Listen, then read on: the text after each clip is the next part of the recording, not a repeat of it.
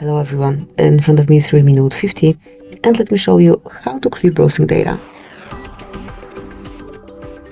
At first you need to open the browser that you are using.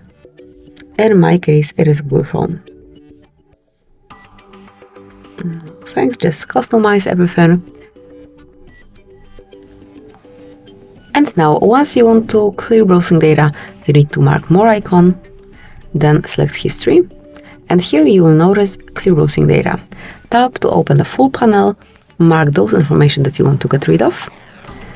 Then select the time range, so you can remove history from 15 minutes, past hour, day, 7 days, 4 weeks or all time.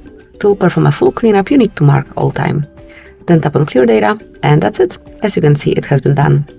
Thank you for watching, please subscribe our channel and leave the thumbs up.